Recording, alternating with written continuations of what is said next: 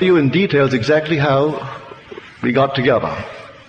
It was 1933.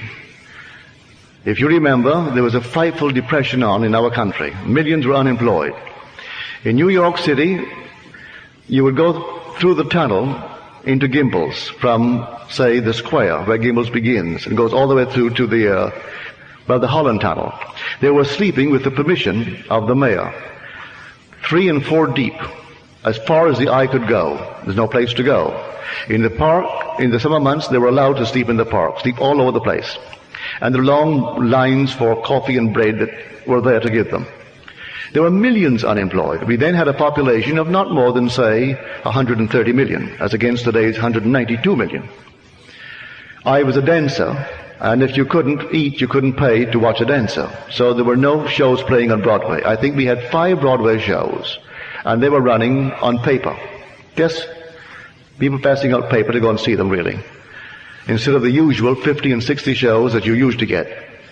Well, what I'm getting at, I didn't have a job, I had no money, and I was living in a basement on 75th Street, and he lived on 72nd Street, in a very lovely home that was owned by Morgenthau, whose son was then the treasury of our country, a cabinet member, but his father owned this house, but he didn't live there, and he rented the first floor to my friend Abdullah. I said to Abdullah in the month of October, late October, Ab, you know, I've been gone from Barbados for almost 12 years. Came here in 22. And it's almost 12 years. I've never had a desire to go back. But now I have a hungry desire, a haunting desire to go to Barbados. Not a thing stops me but the lack of money. I have no money. He said to me, you are in Barbados. I said, I'm in Barbados? He said, yes, you are now in Barbados. And so you see Barbados, and you see America from Barbados, and you can smell the tropical land of Barbados, see only the little homes of Barbados, and that's all you do. You just simply sleep this night in Barbados. Well, I thought him insane, really. I mean, at the moment, it seemed so stupid, because 72nd Street, we still had 50 and 60-story buildings. And little Barbados was a little 3-story building, almost the tallest that you'd find, and narrow little streets and no sidewalks. And I'm walking on a sidewalk wider than the wide street of Barbados on 72nd Street. But nevertheless, that night I slept in Barbados. I assumed that I'm in Barbados, in my mother's home. And then I saw America relative to Barbados, and it wasn't under me that night. It was north of me, about 2,000 miles. Well, the next day, I didn't tell him anything. About a week later, when nothing happened, I thought I would approach him. This time we've moved into November. I said, you know, Ab, there is not a thing has happened. He wouldn't discuss it with me. He turned his back on me and went into his little library and slammed the door. About 3 times I tried to open up the discussion with my friend Ab between that moment when I first talked to him and the end. He would never discuss it. On the basis, how can he discuss with me how I am going to Barbados when I am already in Barbados? That's stupid to discuss how I'm going to go when I am in Barbados. And if I am faithful to my assumption, I can't discuss the how. I'm already there. Well, this went on. On the morning of the 4th day of December, there's no job, no place to go, and the last boat that will get me there, my Christmas, is going to sail on the 6th. Under my door is a little letter from my brother Victor. And he said, as a family, we were never around the table at Christmas together. That Cecil, that is my oldest brother, he left home before the last was born. Because we have a large family, there's an interval of 8 years between my sister, Daphne, who was the 8th child, and then my brother, Joe. Well, in that interval, my brother Cecil went off to Demerara. So, never as a family were we ever together at Christmas. So in the letter, he justifies why he's asked me to come. He said, I know you don't have a job, and there's no excuse for not coming. And so I'm enclosing a draft for $50. You may need a shirt, a pair of shoes, socks, or something. And I've notified the Furnace Whitty line that you will come for a ticket. So the ticket is waiting for you at the Furnace line.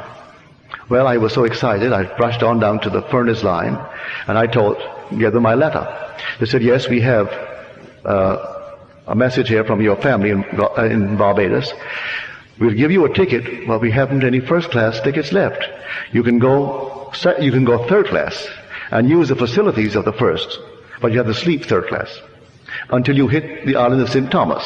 When you hit St. Thomas, someone disembarks, then you may take a first-class bunk. I said, I'll take it. I rushed right up to Abdullah. And I said, Ab, I have my ticket for Barbados, but I have to go third class. I'm all elated and happy about it. He said, who told you that you're going to Barbados? And who told you that you went to Barbados third class? You went to Barbados and you went first class. Would say no more. He isn't even happy that I'm going to Barbados now. So I went down on the morning of the 6th day of December with my third class ticket. Went up to the desk as they're checking in the passengers, and I put my ticket forward. He said, I've got good news for you, Mr. Goddard. Someone has cancelled, and you're going first class. And I went first class, all the way down to Barbados. 10 days down, 10 days back, with 3 heavenly months in Barbados. So all that I did, I tried to the best of my ability with his, I would call almost insolence. He was rude. But he taught me by his rudeness that I cannot discuss how if I am doing what I'm supposed to do. He tells me right away, you are in Barbados. Like someone comes to you now, and you would apply this principle towards their request, and they say, oh, I would love to be happily married. And you say to her or him, you are now happily married. They look at you as though you're insane. But that's exactly what you're supposed to do. You are now happily married. Well, if I am now happily married and I'm a lady, I would instantly begin to feel that ring there in my imagination. And I'd let others see that I have my ring, for that would imply I'm happily married if it's a wedding ring. And so if I don't wear it from then on, I'm not doing what I'm supposed to do. So in my imagination, I have to go to bed wearing my ring. And actually do all that I would do in that state. Oh, he said, you are in Barbados. And I'm in New York City physically, but he put me in Barbados in my imagination. So that I slept in Barbados to the best of my ability. But you know, days go into weeks, and the weeks went into a month, and I'm trying my best to open up the discussion with him to get a little hope. No hope. He wouldn't give me any encouragement if I did what he told me to do. But we all are human enough to want another little discussion, another little push. And so he taught me the lesson that there is no such thing as a little pregnancy. No such thing. If you did it, then you're pregnant. Let the child grow. And interference with it is going to be a miscarriage. You assume that you are in Barbados. Now you're pregnant. The idea is you're going to give birth to a journey, and which is going to land you right in Barbados. So you've assumed it. That is conception. Now, don't try to argue. You have conceived. And all you have to do is to be a faithful mother and bear that child. And don't discuss it with me anymore. He never discussed it after he told me I was in Barbados. And I learned so many things from the old fellow. I came back because I wasn't drinking. I brought him 2 lovely old bottles of brandy. The best that we had in the island. 2 lovely bottles. And some rum. So I gave him my father's rum, gave him the brandy. A week later, he said to me, say, how long do you expect those things to last? Learn my lesson. I thought he would sip those things for a year. Oh no, they were gone. And he wondered how long I supposed these things to last for him. And of course he really disillusioned me terribly on so many things, because I would go and dine with him. And Abdullah, I was then a strict vegetarian. I was trying to overcome it after I came back gradually. And of course he would sit down and he would have 2 or 3 big shots of rye. I mean big shots of rye. And then he would wash down his meal with a lot of porter, or it wasn't beer, it was ale. And then he would, at the end, like Churchill, a huge big bowl of ice cream. I said, Ab, how can you do that? Oh, he said, you couldn't do it. It'll poison you because you have quibbles. But you know that God made everything? Everything is God. You want to see He made something and not the rest? No, God made everything. And He'll send me back to the Bible. Go back to the Bible and read the book of Acts. And Peter couldn't eat the unclean thing. And then the Lord said, slay and eat. For that which I have cleansed, I have cleansed. Then a sheet came down filled with all manner of animals and food. And the voice said to Peter, slay and eat. For that which I have cleansed, I have cleansed. So he said, you have quibbles, Neville. With any of your quibbles, it'll poison you. But he would sit down and polish off this enormous veal, wash it down with ale, precede it with 3 shots of rye. And here was a man truly of the Spirit. But if I judge from appearances, I would say, well, he can't be a holy man, for which today I'm most grateful that he wasn't, because he taught me real Christianity. And he was born in North Africa of Jewish parents and raised in a strict Orthodox Jewish home. But he knew more Christianity than anyone I've ever met, because he spoke the Hebrew tongue perfectly. He spoke other tongues, and rabbis would come to study with him. And he and I would discuss day in and day out for over 5 years, teaching me all that he could teach me that I could absorb concerning the Kabbalah, the great mystery of how this thing is put together in these simple little letters of Hebrew.